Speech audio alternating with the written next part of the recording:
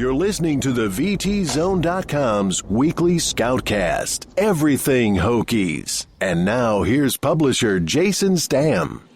Welcome to another edition of the VTZone.com's weekly Scoutcast. We're kind of switching things up here a little bit. We're going to start doing our Scoutcast at the first of the week instead of the end of the week.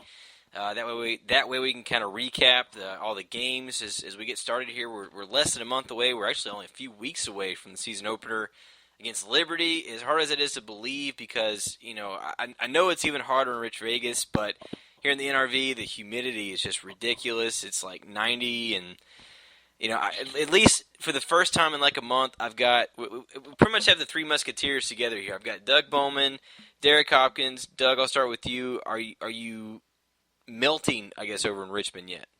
Yeah, I don't go outside very much these days. So. I wouldn't think you would. And I know Skip's melting because, you know, you told us before how big men don't like the heat. Oh, yeah, I'm definitely, I dropped like 10 pounds so far with all this heat going on. So, yeah, it's pretty, you know, pretty hard for a big guy nowadays. And, Skip, I got to ask you, man, we haven't had a chance to talk about it since you've taken the trip, but how was Brazil? I mean, you obviously didn't get back and, you know, contract Zika virus or anything, right? No, I'm good. I mean, Zika, it's not really prevalent right now because it's their winter time, and my whole time I was there, it was literally like 50 degrees, so I don't think mosquitoes hang around in that type of weather. Well, it sounds like after watching the Olympics that the biggest thing is not. I'm glad you guys didn't get, you know, robbed at gunpoint. No, we a funny story. Couple of my teammates that went with me, not teammates, but you know, people that was with the group I was with, they decided to go outside the church we was at and take pictures. Okay, so you know they told us to take a you know, always take somebody with you, also take an interpreter with you, so you know somebody asks you a question, you know what they're saying. So, but this time they didn't take them. Those two just went outside, and they were standing outside the church, and I guess the police rolled by, and they pulled up and had the guns drawn. Like, wow. You know, what are y'all doing? What are y'all doing? But it was saying in Portuguese. They was like, we ain't doing that. So, some of the locals had to run back inside to get the interpreter, and he went out and handled the situation. But that was a funny story. Funny now, not funny then, but funny now. Right. Wasn't funny at the time. Yeah, but it's funny now as we look back on it. Do you speak any Portuguese, Skip? I speak a couple words now. You know, I got a couple words in my playbook now. You know. Can you give us an example? Can you say a sentence? Can you give us an example? I can say, oh man, Deus abençoe.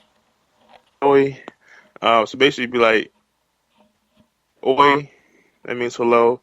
Deus abençoe, it means God bless you. Okay. So if one of the cops sneezed, you'd know what to say to him. Yeah, pretty much. Deus abençoe. I know some other ones. Some of the guys taught me some slang word, not slang, but you know, it's not like proper Portuguese. Right. I hope I'm saying this right. Yo boy. It's like yo boy. Your boy. Nah, I was saying that for a while. Yo boy. It's like yo boy. That's like saying what's up, like yo boy. And it's like suave le nave. So you'd be like yo boy, suave le nave. It's like what's up? How you doing? What's going on? Well, Doug, I don't know about you, but I don't know enough to critique Skip. I mean, I'm going to have to take his word on it. That's good to me. Well, you know, Skip, you get back. I know it was cool down there, and you get back up here. It's 100 degrees, and we're in the middle of fall camp. We've actually been Virginia Tech is now, I guess, really almost the halfway point of fall camp now, or they are halfway through. Had media day on Sunday and fan appreciation day, and pretty good turnout. I mean, I was kind of concerned for the turnout. I wasn't sure because they were kind of doing it on Sunday right in the middle of church time, but I think they least according to Virginia Tech, there was 7,000 people there, so pretty good turnout. But as far as the media day stuff, Doug, I don't know how much you got a chance to really go back and look at, any of the video or anything that came out of that. But I guess what are your impressions of kind of what came out of media day? Not too surprised about anything. I guess everybody's just waiting to find out who the quarterback is, and for whatever reason, whether they've decided it and they're just keeping it secret, or if nobody's really separated themselves yet, they're just it's pretty close to the vest these days, it seems like. So is that about what you expect, though? Like, I mean, I wasn't expecting to, have the quarterback name, but I mean, even like Wyatt Teller they're not saying anything now. And he was even, I think it was like 4 questions. He said, "Oh, that's something you need to ask Coach Fuente about." Oh, ask Coach Fuente. So like none of them are talking now. They've got their marching orders and they're following them. Marching orders, yeah.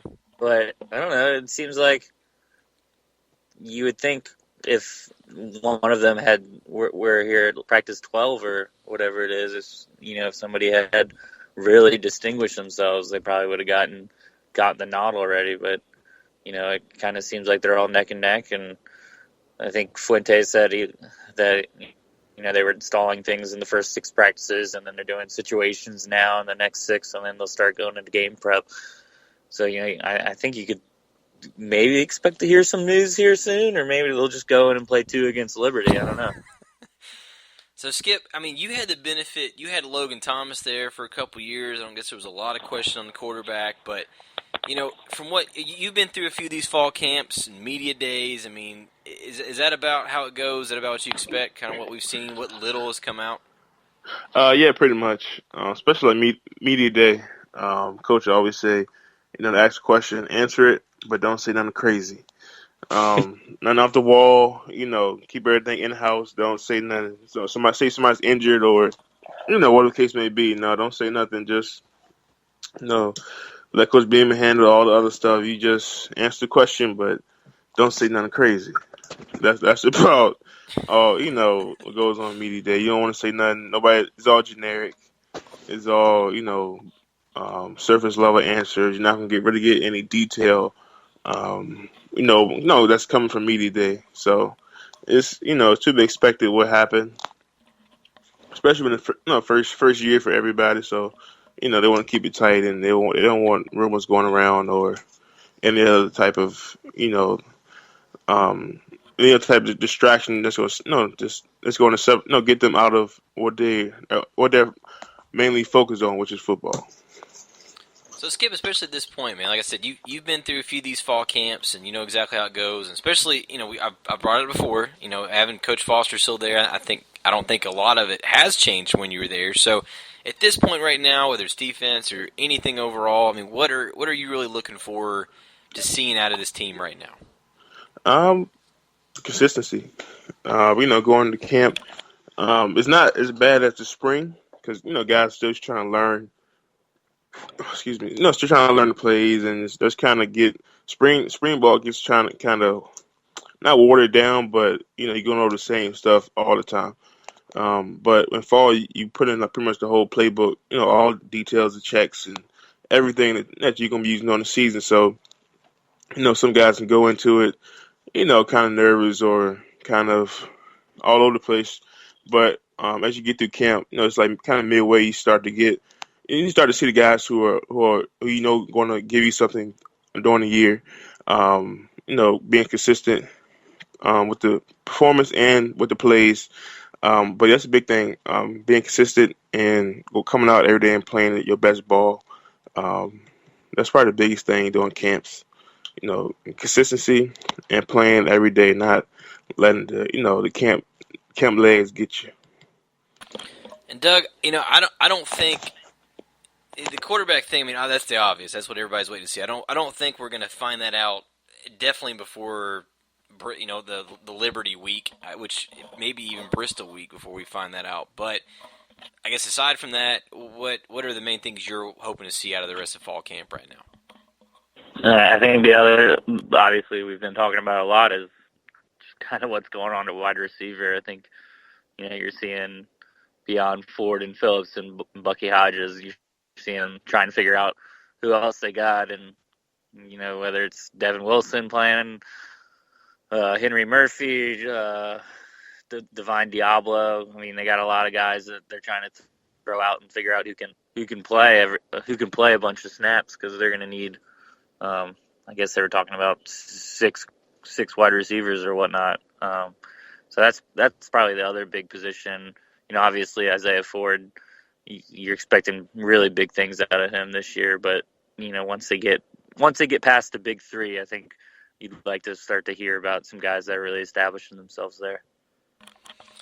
Yeah, I mean, for me, I think I'm still wanting to see what they do with Trayvon McMillan. I mean, that guy talked about 1,600 yards back in December. He had a great end of the season, and I wouldn't say he was down when we talked to him on Sunday. And Doug, I actually just posted the video here Monday night, but you guys will probably get a chance to see more. He looked a little bit discouraged. I think it obviously has set in. He's probably not going to get 1,600 yards, but how exactly are they going to use him? How much are they going to splice in the run, and how much of a threat is he going to be coming out of the backfield or even in the slot as a receiver?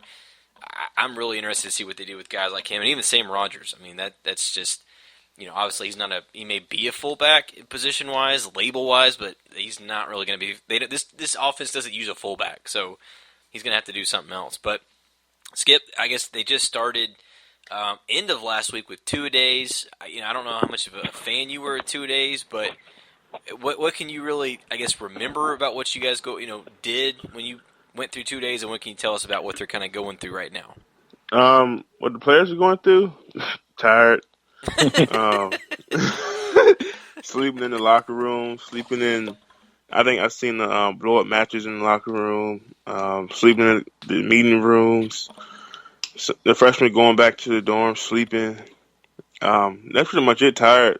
Just trying to make it through. These practices, especially two-a-days. You have practices in the morning time, whatever, then you get a little break. Then you have meetings, then you're back at it. So, I mean, besides all the football stuff, you just tired, man. Like, Lots of sleeping. I just sleep. I mean, literally, you can put you can get in the cold tub or whatever you want to do, but after like a week or two, your legs are like done, and you just need rest, you need sleep. I know when I was in Baltimore, I would go sleep in the team, the D-line meeting room, because that's the quietest place to be. Nobody goes in the meeting room without, being asked to. So I'd go sleep in there, relax until we had like an actual meeting. So that's sleep for about 2 hours, and then get up, meeting time or whatever. But yeah, everybody's tired right now. Doug, this is why I love Skip, because everybody's like, oh man, 2 days, they're doing all this stuff, and Skip comes in with this great insight. Oh, they're just sleeping. In between practices, they probably eat food and go right to sleep, right? Yeah, I seen, I think it was a Hard Knocks one time. J.J. Watt had an actual bed in the, I remember that. in the bed. That's your favorite place right there, man. Wherever you can lay your head at. That's big right there for camp. So lots of sleeping going on, lots of rest, which is good. You don't want these guys worn out for Liberty. So it's good to know they're going to get some sleep. And course, go ahead, Skip. They're going to be tired during Liberty. I'm telling you now, their legs are going to be tired. I mean that the first. I mean, especially as Liberty too. Yeah. Coaches, they can get an extra week of camp in. Nothing against Liberty, but in the sense of, if they playing Alabama, okay, guys need a little more rest to get prepared for that game. Liberty, we can sneak in a couple more middle drills. With Liberty being week one. You get what I'm saying? Yeah. No, I feel nothing against Liberty as a program, nothing like that. I'm just saying, as a coach's mindset, we can sneak in a couple more days of hard work, before we kind of rest guys, because week one it's a good opponent, but Well, we know what Skip thinks about Radford, so I guess Liberty's kind of the Radford of football. That's funny. So, Doug, I will say, I'm sure you guys saw my ride around Bristol last week. I was down there for the game. Yeah, testing out the wheels. Pretty awesome, man. I had no idea. Like, I get there, and they're like, yeah, you go here and sign up and take the tour. And, oh, yeah, you sign up on this sheet and take a ride around the track. I'm like, what? You have to ride around the track? That's pretty cool. Yeah. It was pretty sweet. I've heard they do the same thing in Richmond, so I don't know if you guys have had the chance to go ride around the Richmond track, but I haven't. But did you go fast? How fast did you go? I mean, it's a little half-mile oval, so top speed was, I think he said 120, 125 in the straightaways. He's flying. Yeah. I mean, those turns are steep, man. Like, if you stop in a turn, I think you'd probably just flip. Yeah, that's crazy. Very steep. So, Huh. and I can't imagine when there's 43 cars on that track. Like, it was pretty crazy just with one. So, I'd hate to imagine 43 being on there at the same time. But that was last week. That was exactly 1 month from the battle at Bristol with Tennessee. Again, they're saying it's going to be ready, here in less than a month now. We're coming up on 3 weeks. They've got the scoreboard in place. I know they were putting up the screens while we were there, but I don't know. Doug, are you concerned with anything at this point, or do you think it's just going to be smooth and no issues? I mean, you hope it's going to be smooth. I think the one thing you got to worry about is just the field and how if it's going to be a good surface to play on 3 weeks after the NASCAR race or whatever. They seem to. I'm sure they've got a plan to figure out, but you never know if it's actually going to take off, or they might have loose footing or anything, and then all of a sudden the field condition becomes the story going in. And, I think everything else around the stadium is going to be ready to roll, but we'll see. We'll see. That's the one thing is, can they get a field ready to go, and a field that's safe enough to play on in that short amount of time. Yeah, it's just crazy. Like, I was looking at some of the stats. I mean, they're trucking in 8,500 tons of rock, and they had I think I tweeted out a picture of what it's going to look like at the base of the field. It's like 3 feet. So they basically have to put down the base, and then start building up the field, and then put an AstroTurf on top of it. I mean, I'm going to be amazed to see if that thing is. What kind of shape that field is in, and if it rains, like, what's that going to do to it? How much is it going to sink and settle? And I don't know. There's a lot that goes into that. Skip, would you be concerned to play on that thing? No, it's going to be fine. No, this is not the Hall of Fame game or the Rio Olympics. It's going to be ready. There's a lot of money invested into that thing, so. It's going to be like ready. The Hall of Fame game. I hope they know how to paint the field right this time. It's not going to be like that. It's going to be ready. I have no doubt this field's going to be ready to play, no matter what they have to do or who they have to bring in. It's going to get done. I'm still amazed that they had to cancel the Hall of Fame game. I never thought they'd cancel an NFL game, even if it was preseason. Like, who was the guy that decided to paint that field? He couldn't do it right. He's unemployed now. Yeah, whoever it was is definitely fired. I'm going to guess they won't be hired to paint the Bristol field. It's just amazing. Like, yeah. So, yeah, we're less than a month from that, but we'll kind of, I guess, just have to wait and see if everything, I hope it goes as smooth as they all think it will. Yeah, I think I saw somewhere they're going to have the lights on for like 24/7 for the next few weeks, just as they build stuff, which will be interesting. Probably, yeah. Well, and also they don't want to have any lighting issues. They want to make sure the lighting, electrical stuff's worked out. That's the last thing they need. So, as far as former Hokies go, of course, we have one talking with us here, but on the NFL field, Skip, I wanted to ask you, especially, I think you played. Did you play with Tyrod at all? I did my freshman year. That's what I was thinking. He was a senior. So Tyrod getting that big deal this week with the Bills. He re-signed 6 years, being reported a base of $90 million. What do you think about Tyrod getting the big payday? I think it's big, man. I mean, he's worked hard for a long time. Being behind Joe Flacco for so many years, and just waiting his turn. That he earned it and deserves, what he's getting right now. The fruits and the all the stuff, rewards that he's getting right now. I think he's earned it and deserves it. He came in and was behind a elite quarterback, won a Super Bowl, seeing how a program is supposed to be run. He's able to go out and lead his own program. So I think he's waited his time, and now he's getting the rewards of his labor. So, Doug, you surprised they locked him up for 6 years and that amount? Not really. I mean,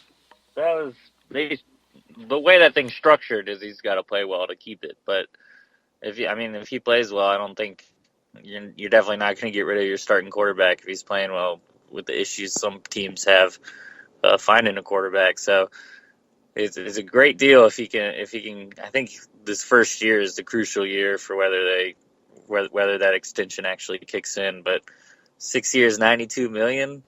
That's pretty good. That's darn good. Yeah, I mean, but for a to me, one of the draft pick.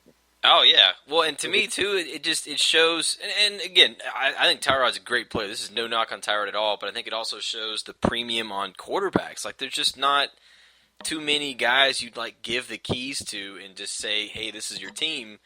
I mean, look what Brock Osweiler commanded this year. I didn't think he was going to get that kind of money. I mean, I don't know. I think there's just there haven't been that many big quarterbacks that have come in the league. There's been a few. I mean, Cam Newton, of course, that's been a few years ago now, but there haven't been any guys that have just come in that they're just guaranteed superstars, and very few Tom Brady's, Drew Breeses, those kind of guys that are these long-term guys. But hey, kudos to Tyrod, man. That's a great payday for him, and I mean, I think makes the Hokies look pretty good.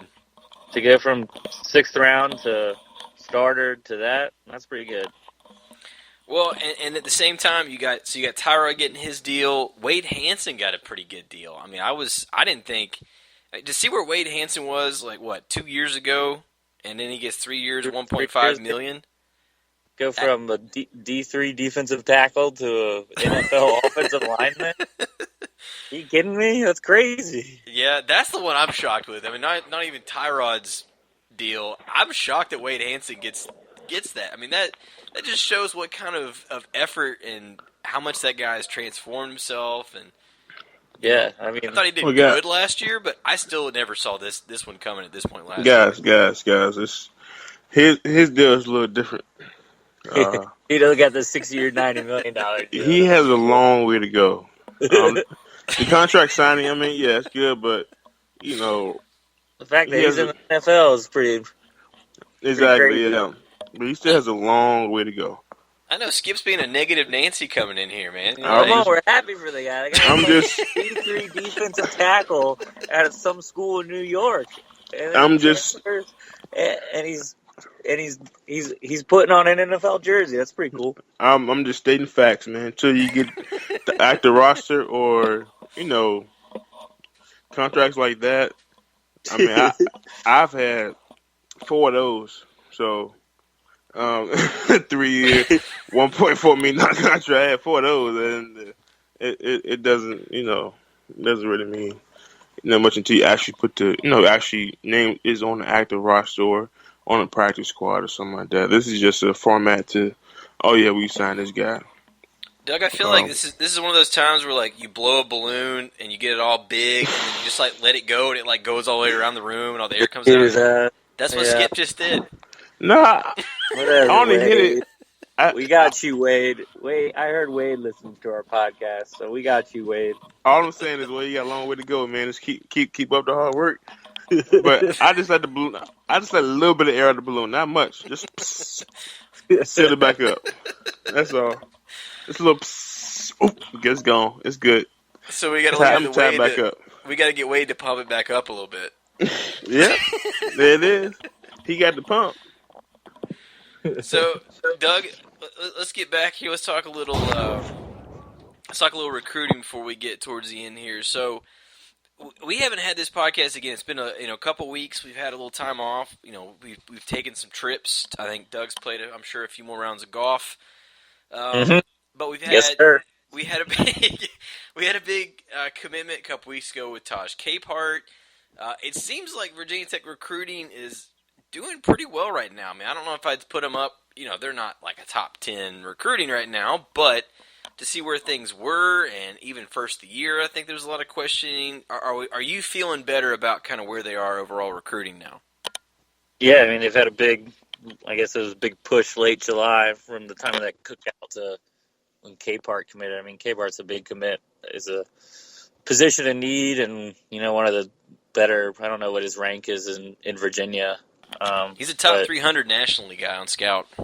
Right, I mean, just in-state wide receiver. I mean, that's pretty much to a T what Virginia Tech's looking for. So, I think that was the big commit that everybody's waiting on and hoping to get done before the season. So to get that going forward, that was big. Well, and I've had some updates here the last few days on, we got Tariq Castro Fields, Victor DiMcKeejay has become a pretty good target. Of course, the, giant gold nugget is still Devin Hunter, so we'll see what he does. I think Devon's a long way from making any decision. I think we're probably 4 months from him making anything, but got at least 5 official visits. Yeah, I mean, he says he's going to take officials, and I got to think Tech. Well, I don't know. I don't know if they're going to get one definitely or not, because he's been to Tech so many times. So if they can get him for an official visit, I think that would go a long way. But I'll tell you one guy that I'm glad we finally got Skip on here to talk a little bit about. I know Skip's not the biggest recruiting expert here, but he's a Highland Springs expert. And one guy who we've heard, I know he's very high on Virginia Tech's board, is Mekhi Becton. And Skip, since you've been, had a chance to work with him, and you've been there, as they've kind of practiced and stuff already, how do you think Mekhi's look? And I guess what can you tell us a little bit about, Mekhi as a player? I'm sorry, I can't answer the question. I will have to refer you back to Lauren Johnson, head coach of Highland Springs High School. And next question, please. No, I mean he's looking good. He's real. So democratic. I like it. Real big. He's a big, strong guy. He can move well. He's a bright kid, smart kid. So Virginia Tech can get him. That's definitely a positive. But he has a lot of choices. So I look forward to seeing where he decides to go to school at, and we'll see. Yeah, I think Mekhi has a very, very bright future. I think I don't know if you would say the same thing, Skip, but I think he's still even a little raw. I think he's got the size, but hasn't quite put it all together yet. And I think if he does, or I don't know if I say when he does, but if he does, I think he's an NFL caliber guy. That he's that good. He could be playing on Sundays soon. Yeah, he got to put it all together. Yeah, that's what we're looking for this year, to him put everything together. But he's looking good so far in camp and everything. So I'm looking for a good season from him. Well, and it looks like he's been eating well. I mean, Doug, did you see the video that Skip posted about the barbecue the other day? Oh yeah, I told him I was coming, but they wrapped it up too early.